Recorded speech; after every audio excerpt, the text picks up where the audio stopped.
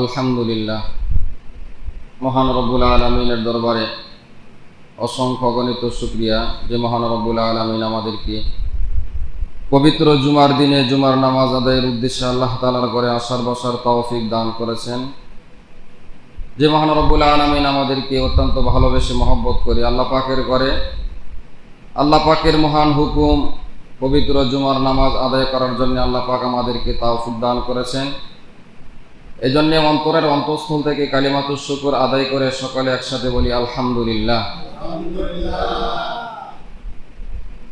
আল্লাহ পাক যাকে মহব্বত করেন, ভালোবাসেন, তাকেই দিনের সহি বুঝ দান করেন, তাকে আল্লাহ পাকের গোলামি করার তৌফিক দান করেন।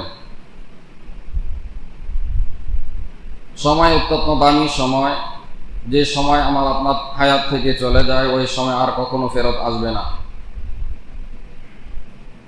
গুজাশতা ওয়াক্ত ফের আতা নেহি, আমার আপনার নির্ধারিত যে হায়াত, যে সময় আল্লাহ পাক আমাদেরকে দিয়ে দুনিয়াতে প্রেরণ করেছেন, সে হায়াত থেকে, সেই সময় থেকে যে সময়টুকু অতিবাহিত হয়ে গেছে ওই সময় আর কখনো ফেরত আসবে না।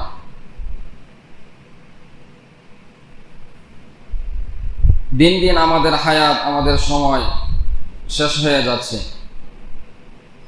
বিখ্যাত বুজুর্গ বাহলুল পাগলা তিনি ইচ্ছা করলেন বাদশাহ হারুনুর রশিদ, ওনার জমানায় বাদশাহ হারুনুর রশিদকে নসিহত করবেন, দাওয়াত দিবেন।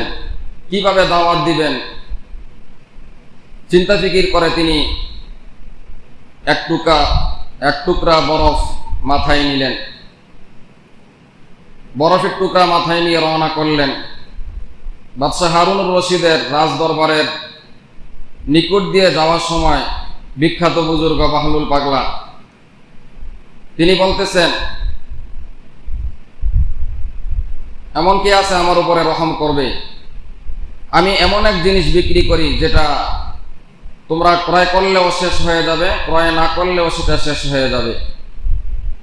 এভাবে যখন তিনি বারবার এই কথা বলতেছেন, বাদশাহ হারুনুর রশিদের রাজদরবারের আশেপাশে দারোয়ানের গেট পাহারাদার এই আওয়াজ যখন বাদশাহ হারুনুর রশিদের দরবারে পৌঁছল, তিনি বললেন, কে এই শব্দ, এই আওয়াজ দিতেছে, তাকে ধরে নিয়ে আসো। যখন দারোয়ান তাকে কাছে নিয়ে গেল, দেখে চিনে ফেলল এটা তো বিখ্যাত বুজুর্গ বাহলুল পাগলা, যাকে সকলেই চিনে।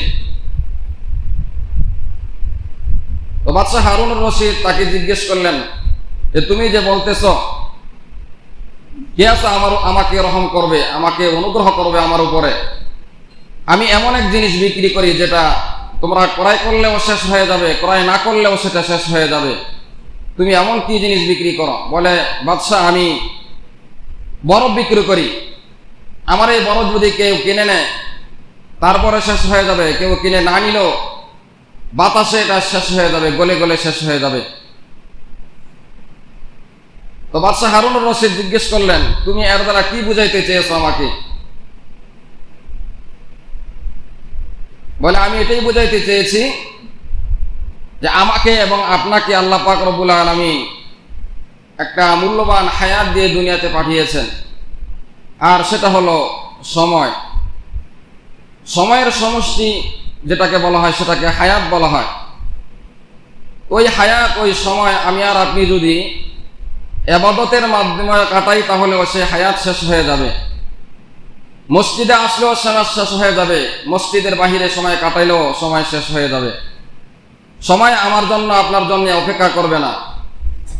কেউ যদি মসজিদে এসে নামাজ আদায় করে, তার জন্য যেরকম সময় থেমে থাকে না, শেষ হয়ে যায়, ঘড়ির কাঁটা ঘুরতে থাকে, যে মসজিদে আসে নাই, মসজিদের বাহিরে অথবা মোবাইল নিয়ে ব্যস্ত, ফেসবুক চালায় সময় নষ্ট করতেছে, তার সময়ও শেষ হয়ে যাবে। সময় কারোর জন্য অপেক্ষা করে না। আল্লাহ পাক রব্বুল আলামিন এটাই বলেন যে মুমিন এবং আফামান কানা মুমিনান কামান কানা ফাসিকা লা ইয়াস্তাউন, মুমিন এবং ফাসিক তারা কখনো সমান নয়। মুমিন অযথা সময়কে নষ্ট করে না। ওয়াল্লাযীনা হুম আনিল লাগওয়ি মুরিদুন, অনর্থক কাজে, অহেতুক কাজে, ফাহিশা কাজে সময়কে নষ্ট করে না।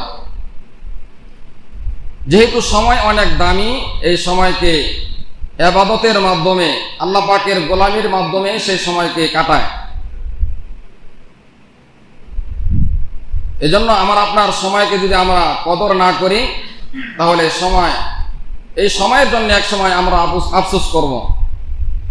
এজন্যে হাদিসে কুদসিতে আল্লাহ পাক রব্বুল আলামিন বলেন, ইয়া ইবনা আদম তাফাররাগ লিইবাদাতি, হে বনি আদম, তোমরা যদি আমি রব্বুল আলামিনের গোলামির জন্যে, ইবাদতের জন্যে সময়কে বের করে নাও, তোমার হায়াতের ব্যস্ততা থেকে, জীবনের ব্যস্ততা থেকে আমার জন্য তোমরা সময় অবসর করে নাও, তাহলে আমি তোমাদেরকে ধনী বানিয়ে দিব।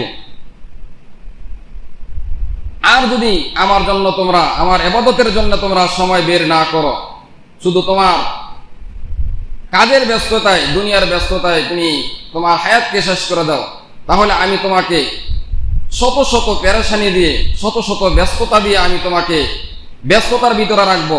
তোমার কখনো অভাব দূর হবে না, দরিদ্রতা কখনো দূর হবে না, সম্পদশালী হবে, কিন্তু মনের যে ধনী, আল গিনা গিনান নাফস, নবীজি বলেছেন প্রকৃত ধনী, প্রকৃত ধনাঢ্য ব্যক্তি ওই ব্যক্তি যে মনের ধনী। একজনকে আল্লাহ পাক কোটি কোটি টাকার সম্পদ দিয়েছেন, তার জবান দিয়ে কখনো আলহামদুলিল্লাহ শব্দ বের হয় না, তাকে যখনই জিজ্ঞেস করে আছি কোনো রকম। আরেকজন দরিদ্র মানুষ, কৃষক মানুষ, কোনো রকম জীবন যাপন করে, প্রতিদিনের খাবার জোগাড় করতে তার হিমশিম খাইতে হয়, কষ্ট হয়ে যায়, তাকেও যখন কেউ জিজ্ঞেস করে আপনি কেমন আছেন, সে তখন বলে আলহামদুলিল্লাহ। আল্লাহ পাক যে অবস্থা রাখে ওই অবস্থা দিয়ে আল্লাহ পাকের শুকর। প্রকৃত অর্থে নবীজি বলেছেন প্রকৃত ধনী হলো ওই ধনী, ওই ব্যক্তি যে দরিদ্র অবস্থায়, সর্ব অবস্থায় আল্লাহ পাকের শুকর আদায় করে। আর সম্পদ থাকা সত্ত্বেও যে আল্লাহ পাকের শুকর আদায় করে না, সে ধনী নয়। কারণ তার অন্তরে, তার দিলে আল্লাহ পাক দুনিয়ার বিভিন্ন ব্যস্ততা দিয়ে, পেরেশানি দিয়ে আল্লাহ পাক ভরে দিয়েছেন। এটাই আল্লাহ পাক হাদিসে কুদসিতে বলেছেন যে আমার জন্য সময় দিবে, আমার ইবাদতের জন্য সময় দিবে, আমি তার অন্তরটাকে ধনী বানিয়ে দিব, প্রশস্ত বানিয়ে দিব। বলি সুবহানাল্লাহ। আর যে আমার ইবাদতের জন্য সময় ব্যয় করবে না, তার সময় নাই। সব কিছু করার সময় আছে, পরিবারের জন্য, সন্তানের জন্য, মার্কেট করার জন্য, সব কিছু করার জন্য তার সময় আছে, বাড়ি গাড়ি সব কিছু করার জন্য সময় আছে। কিন্তু যে রব আমাকে আপনাকে হায়াত নামক মূল্যবান দৌলত আমানত হিসাবে দিয়েছেন, এই হায়াতের মালিক কিন্তু আপনি নন, আমি নই, এই হায়াতের মালিক রব্বুল আলামিন। এই জীবনের মালিক আল্লাহ পাক রব্বুল আলামিন। আমার আপনার এই শরীরের মালিক আল্লাহ পাক রব্বুল আলামিন।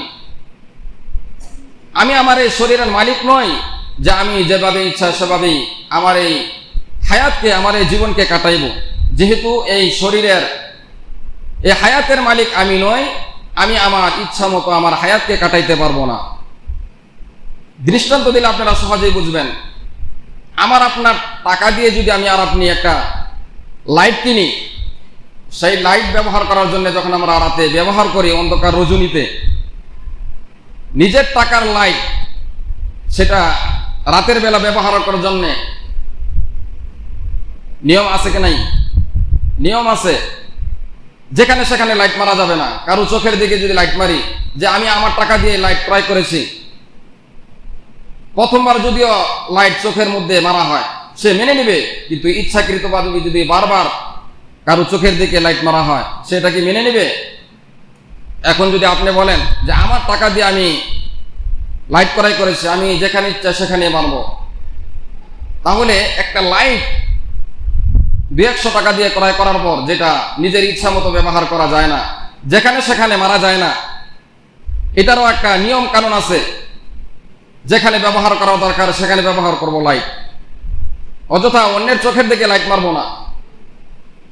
তাহলে আমার আপনার যে হায়াত, যে জীবন, এই জীবনের তো মালিক আমি নই। তাহলে আমি আমার হায়াত আমার ইচ্ছা মতো কিভাবে কাটাবো বলেন? যেই তো হায়াতের মালিক আল্লাহ পাক রব্বুল আলামিন, জীবনের মালিক আল্লাহ পাক রব্বুল আলামিন। এই জীবনটা আমানত, হায়াত আমানত। চোখ, হাত, পা, ইয়ালামু খাইনাতাল আয়ুনি ওয়া মা তুখফিস সুদূর, অন্তর, চোখ, এই সব কিছু আল্লাহ পাক আমাকে আপনাকে আমানত দিয়েছেন। যেভাবে সেভাবে সেই আমানতের খেয়ানত করা যাবে না। তাহলে আল্লাহ পাকের দরবারে খেয়ানত হিসাবে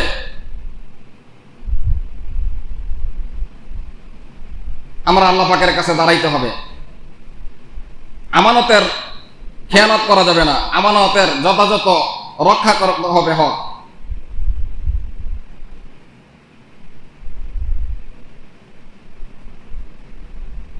তাহলে আমার আপনার হায়াত এটা আল্লাহ পাকের পক্ষ থেকে আমানত। এই আমানতের হিসাব অবশ্যই দিতে হবে। ওয়া আউফু বিল আহদি ইন্নাল আহদা কানা মাসউলা। তোমরা তোমাদের ওয়াদা, তোমাদের অঙ্গীকার যথাযথভাবে পালন করেছে কিনা সেই ব্যাপারেও তোমাদেরকে জিজ্ঞেস করা হবে। চোখের খেয়ানত সম্পর্কে জিজ্ঞেস করা হবে, হাতের খেয়ানত সম্পর্কে জিজ্ঞেস করা হবে, হায়াতের খেয়ানত সম্পর্কে জিজ্ঞেস করা হবে। তাহলে প্রতিটা জিনিসের আমানত রয়েছে।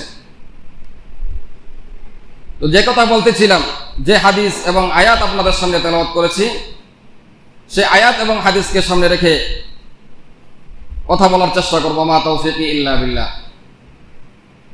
আল্লাহ পাক রব্বুল আলামিন বলেন, ইন্নাল্লাহা ইয়া'মুরুকুম আন তু'আদ্দুল আমানাতি ইলা আহলিহা। নিশ্চয়ই আল্লাহ পাক রব্বুল আলামিন তোমাদেরকে আদেশ করতেছেন আমানতের সম্পর্কে। আমানতদার যেভাবে একজন মানুষ থেকে কোনো জিনিস আমানত রাখে সেটাকে যথাযথভাবে ফিরিয়ে দিতে হয়, তো আমার আপনার হায়াত এটাও আল্লাহ পাকের পক্ষ থেকে আমানত, এটাকে আল্লাহ পাকের কাছে ফেরত দিতে হবে। ওয়া ইযা হাকামতুম বাইনান নাসি আন তাহকুমু বিল আদল। আর যখন তোমরা সমাজে বিচার কার্য পরিচালনা করবে তখন সেটা ইনসাফের সাথে, ন্যায়ের সাথে তোমরা সেই বিচার ফয়সালা করবে, কারো উপরে কোনো রকম জুলুম করবে না। নবী হাদিসের মধ্যে বলেছেন, লা ঈমানা লিমান লা আমানাতা লাহ। যার আমানতদারিতা ঠিক নাই, যার কাছে কোনো আমানত রাখা হয়েছে সেটার আমানত রক্ষা করে নাই, লিমান লা আমানাতা লাহু ওয়ালা দীনা লিমান লা আহদা লাহু। তার ঈমান নাই, যার আমানতদারিতা ঠিক নাই। আপনাকে বিশ্বাস করে আপনার কাছে আমানত রাখছে, কিন্তু আপনি সেই আমানতের খেয়ানত করলেন। যদি আমানতের খেয়ানত হয় তাহলে সে ইমানদার নয়, মুমিন নয়।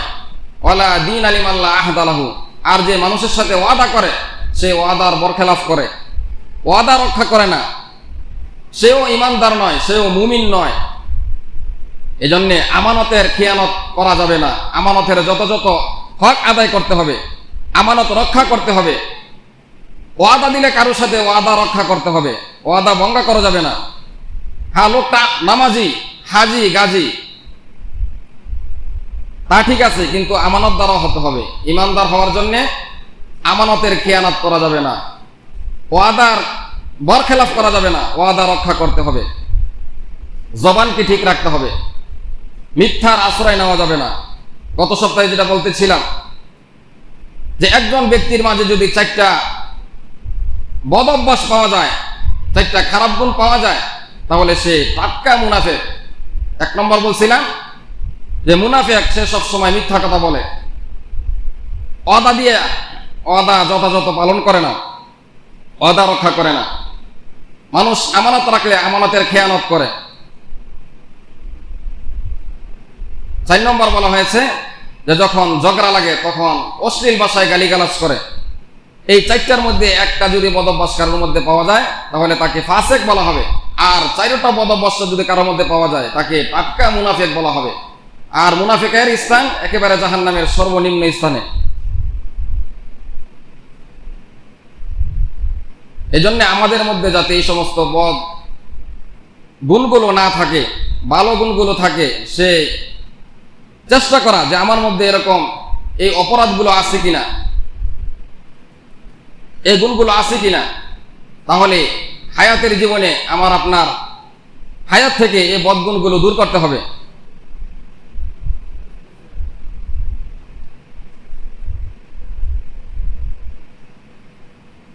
তাহলে ইমানদার তার আমানতের খেয়ানত করবে না, ওয়াদা করলে ওয়াদা রক্ষা করবে, ওয়াদার খেলাফ করবে না।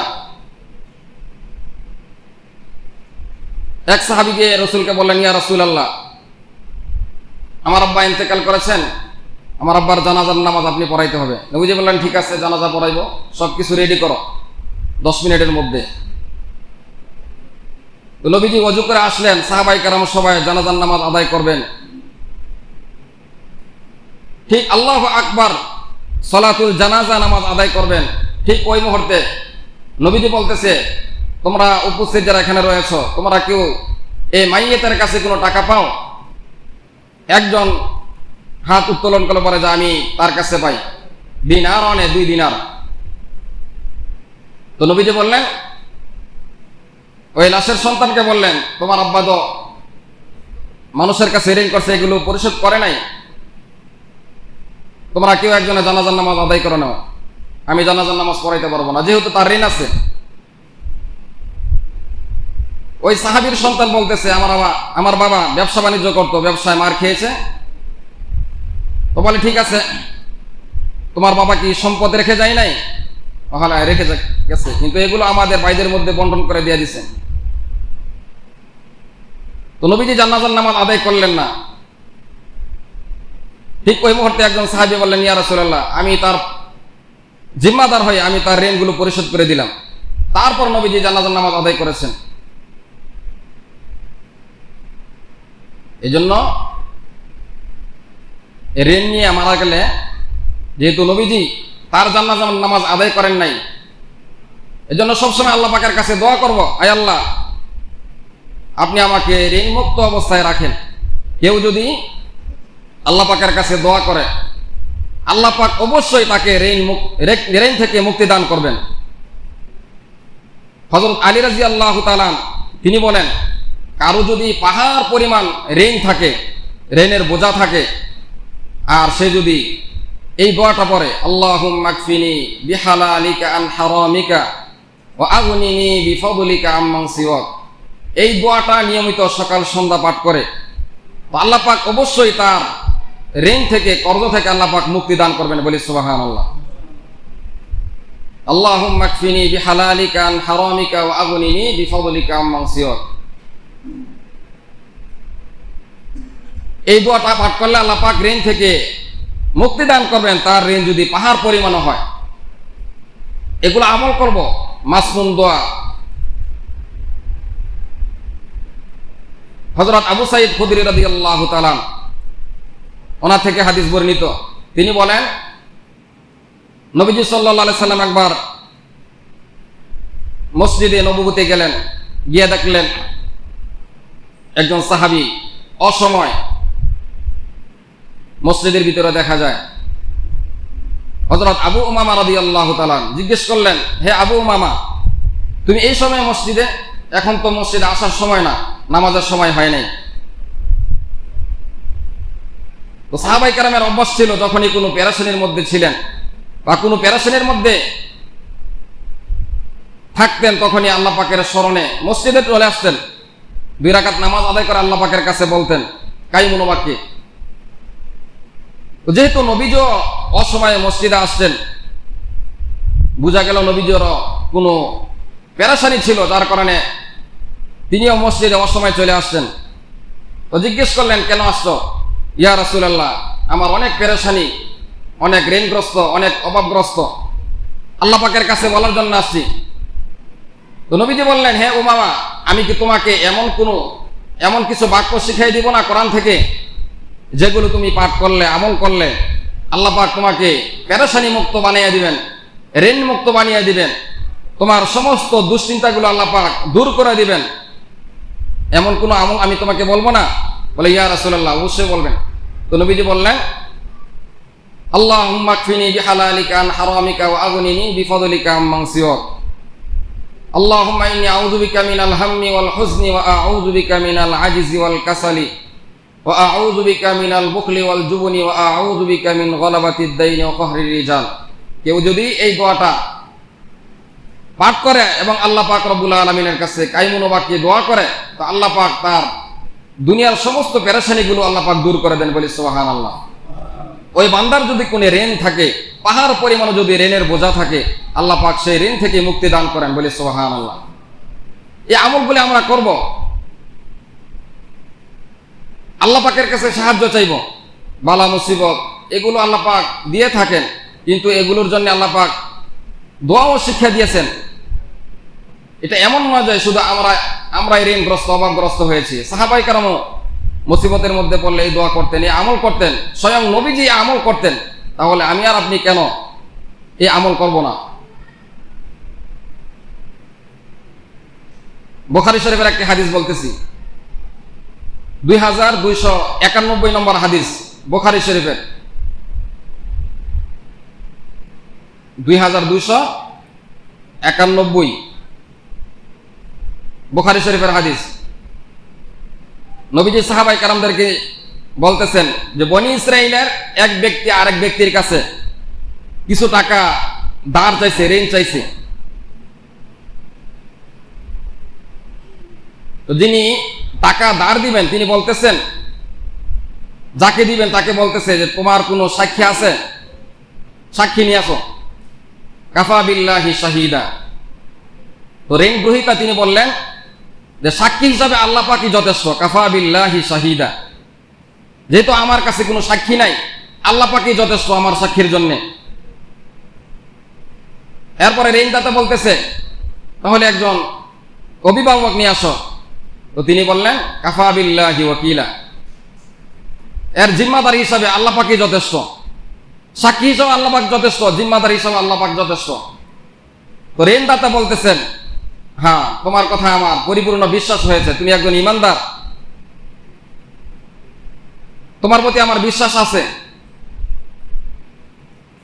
এরপর নবীজি সাহাবায়ে কেরামদেরকে বলতেছেন বনি ইসরাইলের ঘটনা।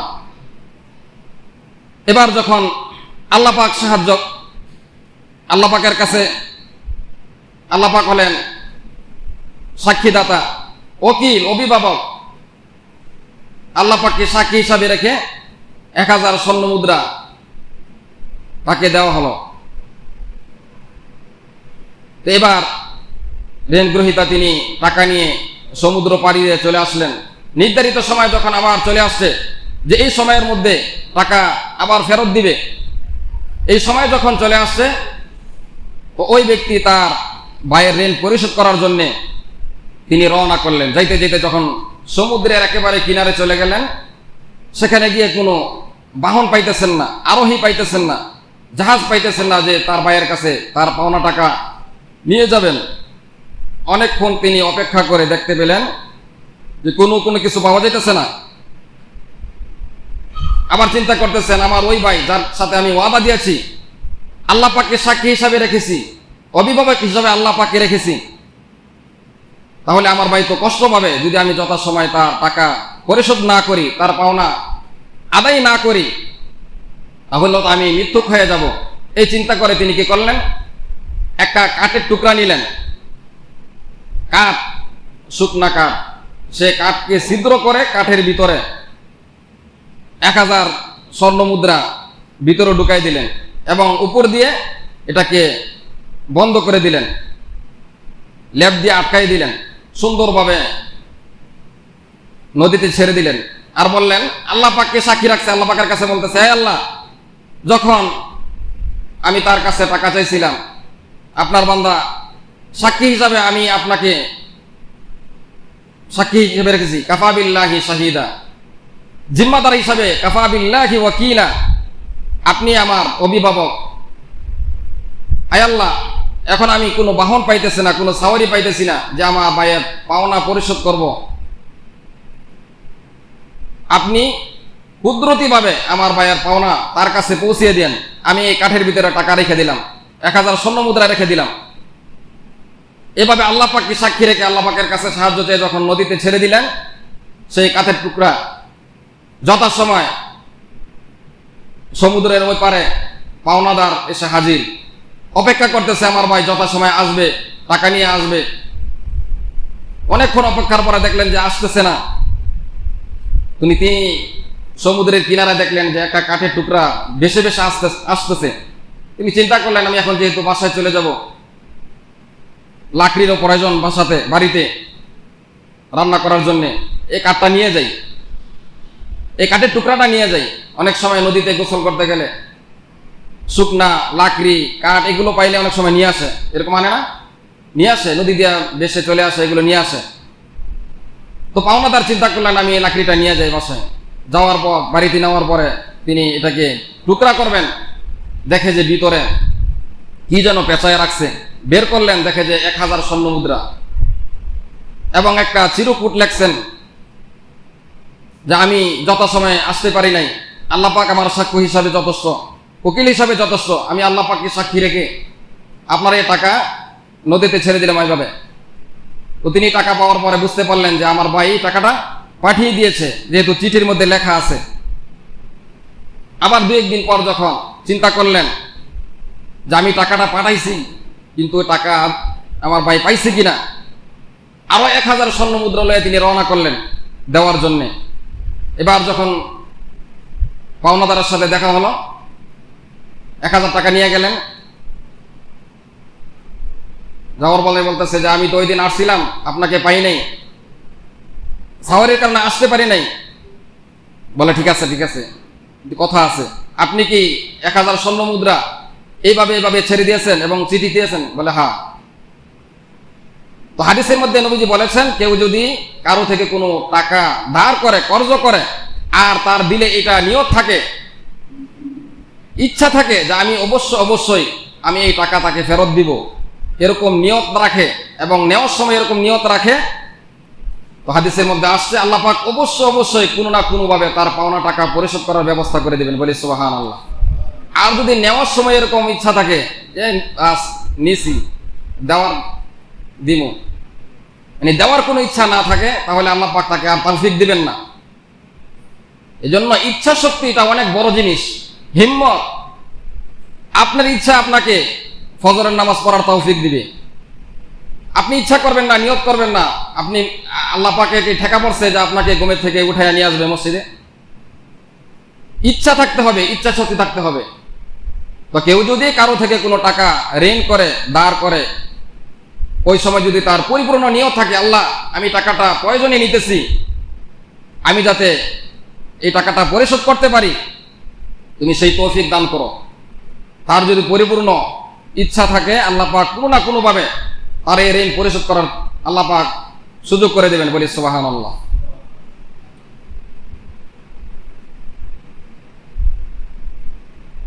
তাহলে একটা হলো হকুল্লাহ, আর একটা হলো হকুল ইবাদা। ইবাদত 2 প্রকার, একটা হলো আল্লাহ পাকের ইবাদত, নামাজ, রমজানের রোজা, হজ, যাকাত, এগুলো হকুল্লাহ, আল্লাহ পাকের ইবাদত, আল্লাহ পাকের সাথে সম্পর্ক। আর কিছু ইবাদত আছে হকুল্লাহ, হকুল ইবাদা, বান্দার সাথে সম্পৃক্ত। আমি এমনি 5 ওয়াক্ত নামাজি হইতে পারি, হাজি সাহেব হইতে পারি, কিন্তু মানুষের টাকা মেরে খাওয়ার আমার অভ্যাস, তা থেকে টাকা নিছি, টাকা দেই না, এরকম আছে না সমাজে? দোকান থেকে বাকি নিয়ে আর ওই দোকানের আশেপাশে যায় না, দেওয়ার আর কোনো খবর নাই। এরকম ঋণগ্রস্ত অবস্থায় যদি আমরা ইন্তেকাল করি, হাসরের দিন নবীজি সাহাবায়ে কেরামদেরকে বললেন, তোমরা কি জানো সবচেয়ে নিঃস্ব, অসহায়, দরিদ্র কোন ব্যক্তি? বলে যার কাছে টাকা পয়সা নাই সেই দরিদ্র। বলে না, সে প্রকৃত দরিদ্র নয়, প্রকৃত অসহায় নিঃস্ব ওই ব্যক্তি যে অনেক নেক আমল নিয়ে হাসরের ময়দানে উপস্থিত হয়েছে, অনেক দান সদকা নিয়ে, হজ নিয়ে, নেক আমল নিয়ে, কিন্তু দেখা যাবে যে হাসরের ময়দানে তার কাছে শত শত মানুষে টাকা পাইতো, সে এগুলো পরিশোধ করে নাই। তখন তার সমস্ত সব দিতে দিতে আর কোনো সব থাকবে না। শেষ পর্যন্ত তাদের গুনাহগুলো তার কাঁধে চাপিয়ে দেওয়া হবে। এটা কোনো গল্প নয়, হাদিস। এই জন্যে ইবাদতের পাশাপাশি লেনদেন স্বচ্ছ থাকতে হবে। আপনি অনেক নামাজি কিন্তু লেনদেনের ক্ষেত্রে ত্রুটি আছে, আপনি ইমানদার নন।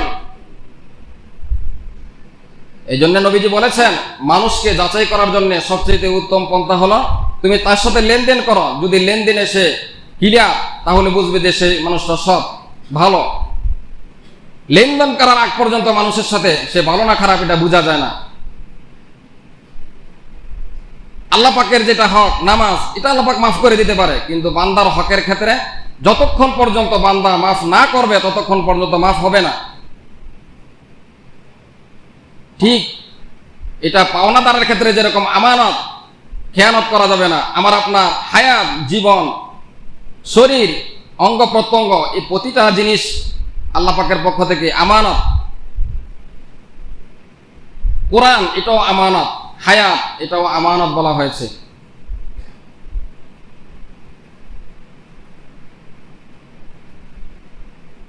তাহলে ইমানদার সেই যে আমানতের যথাযথ রক্ষা করে।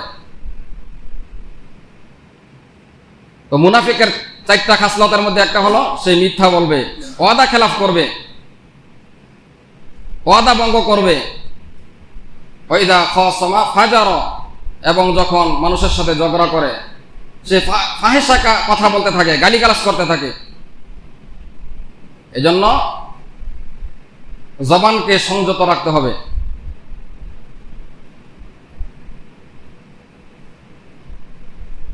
এই 4টা গুণ যদি একসাথে পাওয়া যায় তাহলে সে একেবারে পরিপূর্ণ মুনাফিক বলা হবে।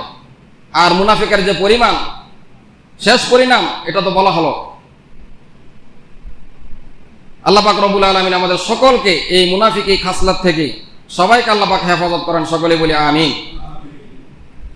ইস্তাগফির লাহুম আও লা তাস্তাগফির লাহুম ইন তাস্তাগফির লাহুম 70 মাররাতান ফালাই ইয়াগফিরুল্লাহু লাহুম। নবীজির সাহাবী হযরত আব্দুল্লাহ ইবনে উবাই ইবনে সুলুল, মুনাফিকদের সর্দার। মানে বাবার নামও আব্দুল্লাহ, সন্তানের নামও আব্দুল্লাহ, কিন্তু বাবা একেবারে টাটকা মুনাফিক আর সন্তান আব্দুল্লাহ নবীজির প্রিয় সাহাবী। আব্দুল্লাহ ইবনে উবাই ইবনে সুলুল সে ছিল মুনাফিকদের সর্দার। নবীজির পিছনে নামাজ আদায় করতো, একেবারে নবীজির পিছনে পাগড়ি পরতো, জুব্বা পরতো, নামাজ রোজা ইবাদত কোনো কিছু কমতি নাই।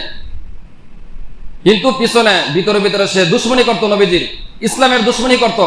নবীজির পবিত্র স্ত্রী আম্মা জান আয়েশা সিদ্দিকা রাদিয়াল্লাহু তাআলা আনহার ব্যাপারে সেই মিথ্যা তুহমত দিয়েছিল। কিন্তু নামাজ পড়তো নবীজির পিছনে, সব কিছু করত, নামাজ রোজা সব ঠিক আছে, কিন্তু ভিতরে ভিতরে দুশ্মনী করত। কিন্তু নবীজি এগুলো বুঝতে পারতেন না, সাহাবায়ে কেরাম সবাই এগুলো বুঝতেন।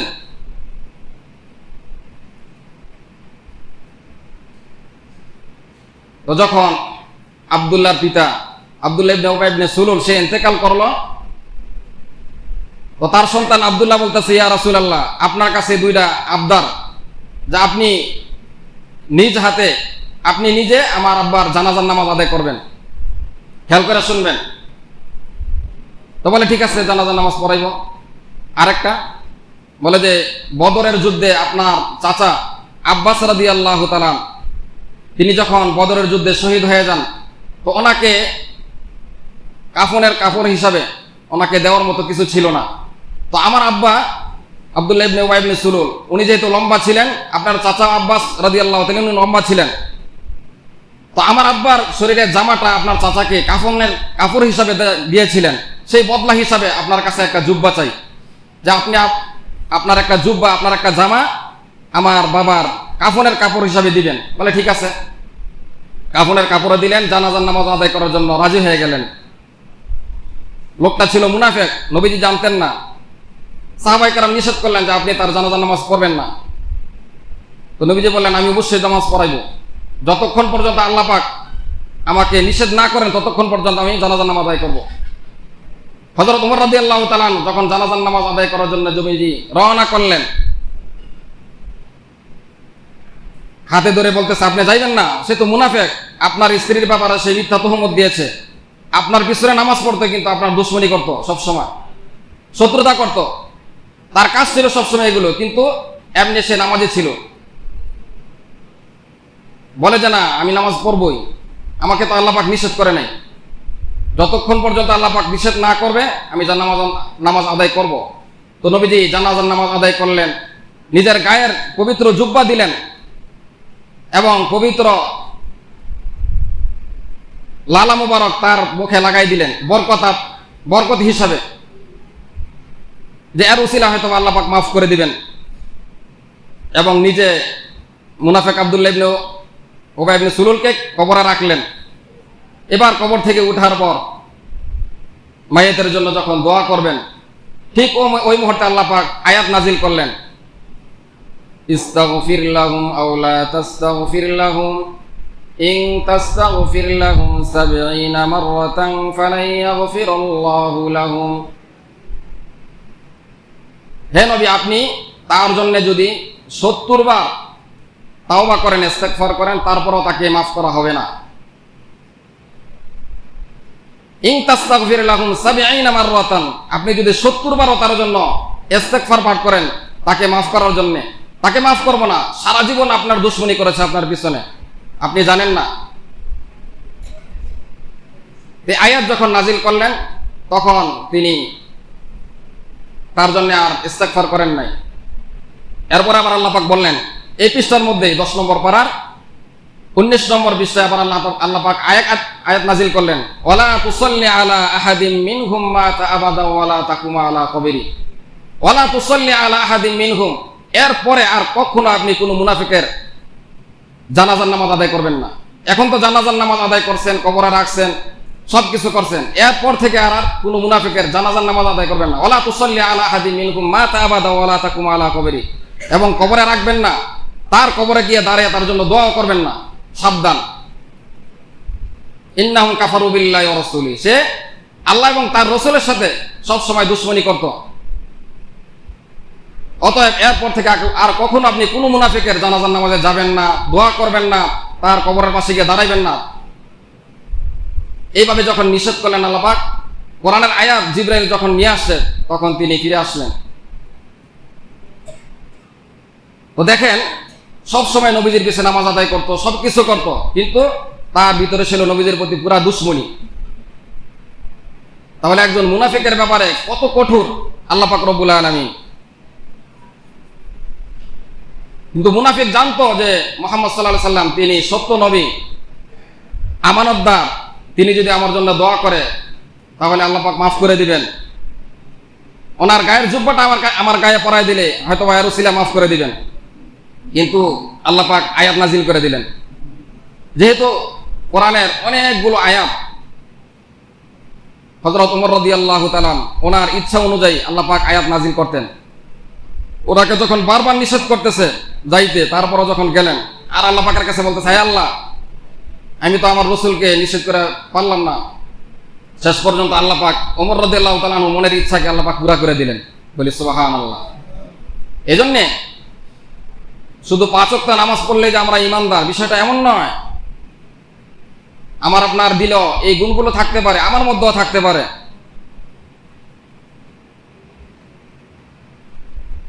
ছোট গোনাকেও গোনামনা করতে হবে, বড় গোনাকেও গোনামনা করতে হবে। এই ছোট গোনাগুলো একসাথে হইতে হইতে এটাই ধ্বংসের কারণ হয়ে যায়, ক্ষতিগ্রস্তের কারণ হয়ে যায়। আর মানুষের তখনই বিপদ আসে যখন, এই জন্য আল্লাহ পাক বলেছেন, জলে স্থলে যত বিপর্যয় আসে এগুলো তোমাদের হাতের কামাই। কখন মুসিবত এসে যাবে এটা বলা যায় না। এই যে কিছুদিন পূর্বে যেটা ঢাকা উত্তরা মাইলস্টন স্কুলের মধ্যে যে বিমান বিধ্বস্তের যে ঘটনাটা সংঘটিত হয়েছে, এটা আমার আপনার জীবনে হইতে পারতো, আমার আপনার সন্তানের ক্ষেত্রে হইতে পারতো।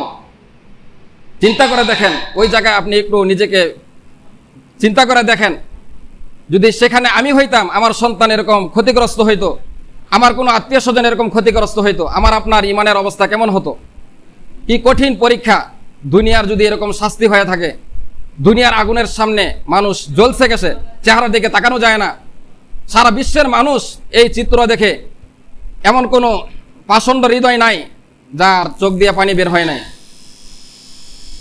এগুলো দেখার মতো কোনো দৃশ্য না, কি কঠিন দৃশ্য। এর সম্মুখীন আমিও হইতে পারি, আপনিও হইতে পারি। এটা আমার আপনার দেশের এইমাত্র প্রথম একটা দুর্ঘটনা। এরকম হয়, প্রায় হয়, কিন্তু কয়েক বছরের ভিতরে এরকম হয় না। কিন্তু দেখেন, প্রতিদিন আমাদের মুসলিম জাতি ভাইয়েরা, ফিলিস্তিনের মুসলমান যাদেরকে এই ইসরায়েলে হায়ানারা, কুকুররা, তারা নির্মমভাবে নির্যাতন করতেছে, অত্যাচার করতেছে, এই জুলুম করতেছে প্রতিনিয়ত, তাদের অবস্থা কি বলেন? একদিন একটা ঘটনা আমাদের বাংলাদেশে হয়েছে, এতে আমরা বাংলাদেশের সারা পৃথিবীর মানুষ প্রত্যেকের মন একেবারে ভেঙে গেছে। এগুলো সহ্য করার মতন না, বরদাস্ত করার মতন না। আর আমার আপনার ভাই, মুসলমান ভাই, ফিলিস্তিনের মুসলমানদেরকে কি পরিমাণ নির্যাতন করা হইতেছে।